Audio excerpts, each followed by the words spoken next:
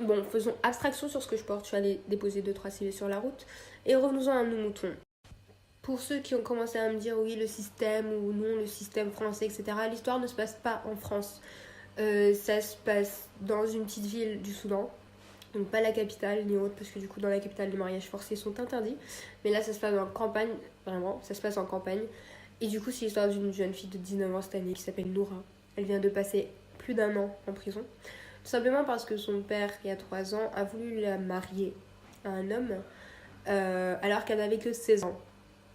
Elle a refusé bien entendu puisqu'elle était jeune et qu'elle voulait absolument continuer ses études parce que son rêve c'était de devenir professeur dans le village où elle habite, etc. Elle a refusé catégoriquement et elle est partie dans un autre village chez sa tante du coup. L'année dernière, en avril 2017 du coup, l'homme qui avait demandé sa main l'a appelée en lui disant qu'il voulait tout annuler, qu'il voulait plus d'elle et lui a conseillé du coup de retourner dans sa famille. Du coup, elle est rentrée chez elle auprès de sa famille en pensant que tout était fini, bien sûr, sauf que non, elle s'est fait avoir par sa propre famille.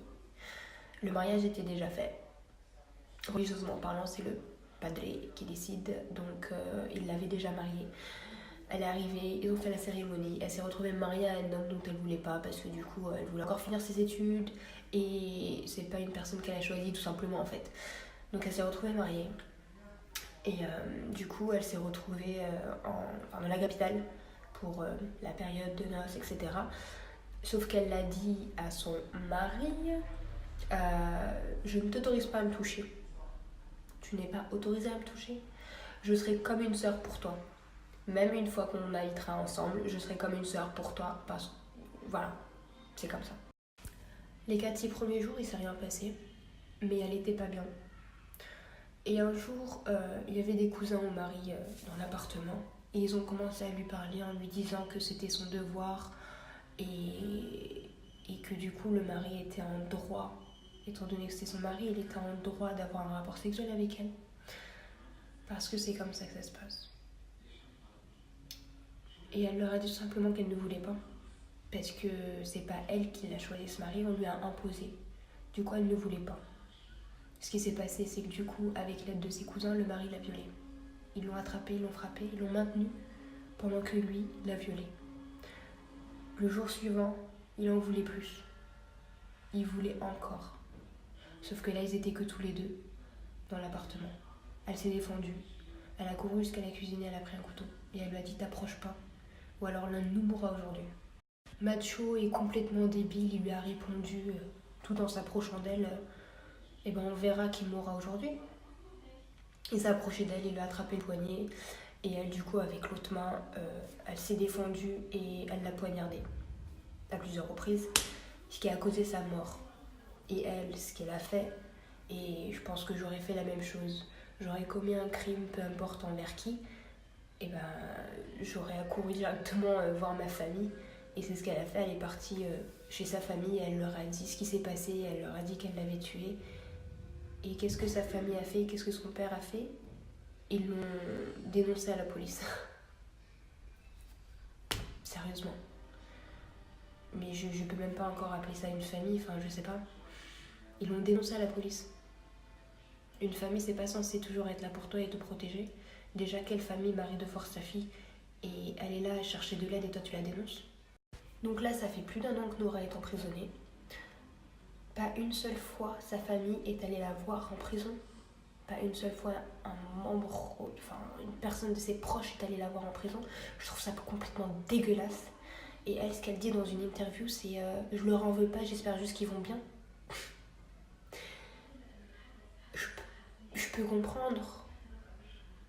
Mais non, elle peut pas dire ça. Elle peut pas dire ça. Ils la dénoncent et ils ne vont même pas la voir une seule fois. Après, je peux pas lui en vouloir à elle. Elle a rien demandé à personne en fait, elle s'est retrouvée mariée de force, elle s'est retrouvée violée et elle s'est retrouvée dans une histoire qu'elle n'a pas demandé en fait tout simplement et elle a fait que se défendre en fait. Mais pour la justice et pour le gouvernement là-bas au Soudan, elle n'a pas été victime en fait parce que c'est son mari et que étant donné que c'est son mari, elle a tous les droits sur elle. Mais non. Et hier, elle a eu son jugement. Et ouais, un jugement parce que du coup, il reste quand même un peu civilisé dans ce pays. Sauf que c'est un jugement assez spécial puisque du coup c'est la famille du défunt qui pourrit son enfer qui a choisi du coup la sentence. C'était soit la peine de mort par pendaison de Noura dans 15 jours, soit excusez-moi, soit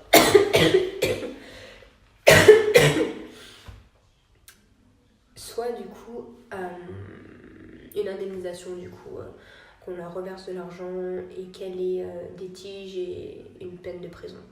Et c'est sans surprise bien sûr qu'ils ont choisi l'exécution de Noura.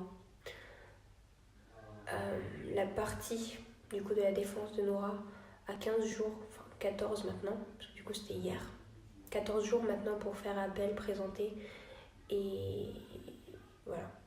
Et s'il n'arrive pas et qu'il ne gagne pas, du coup dans 14 jours, donc le 25, elle sera exécutée par pendaison, selon la loi, selon la justice. Mais il faut vraiment qu'on se batte. Vous, je ne sais pas.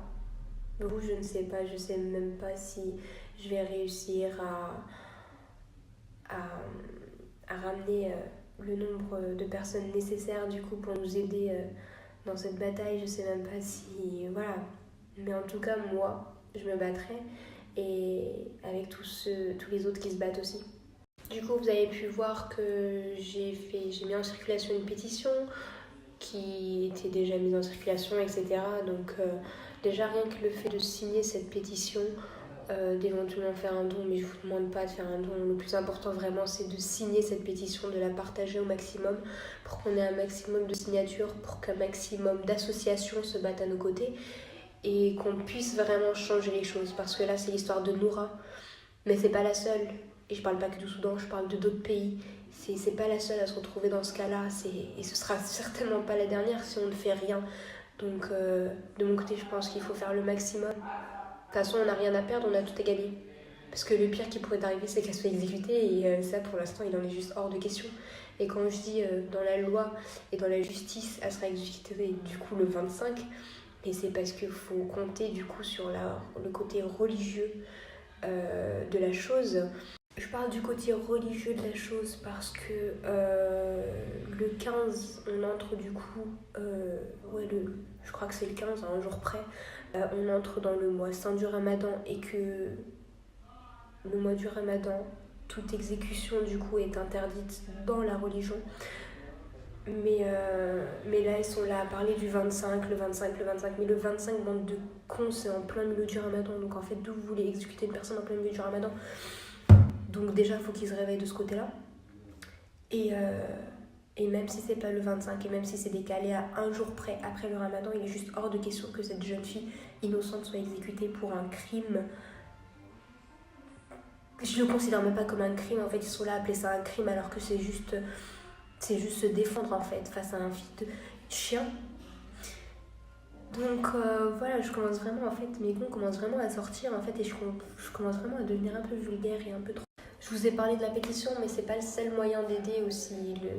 Il y a se faire entendre aussi. Donc là, il y a Sydney en Australie, il y a Washington DC aux États-Unis et d'autres villes qui organisent une manifestation ce dimanche. Je devais organiser celle de Paris, mais du coup, j'étais dans un sale état cette semaine, j'ai rien pu faire malheureusement. Mais je commence à en organiser une du coup pour dimanche prochain. Parce que du coup, les manifestations, c'est une manière de partager et de faire entendre et de faire connaître cette histoire et cette situation qu'elle est en train de vivre du coup, Noura. Elle n'a pas le soutien de sa famille, donc si on n'est pas là, en fait, elle se retrouve totalement seule. Et il est hors de question qu'elle se retrouve seule, il est hors de question qu'elle pense être seule. Il faut qu'elle sache qu'on est là, et elle le sait. Et voilà, donc j'ai besoin de votre aide parce que je ne peux pas y arriver toute seule malheureusement. Si éventuellement certains d'entre vous sont disposés à m'aider dans l'organisation de la manifestation, ou alors qui veulent aider de n'importe quel moyen,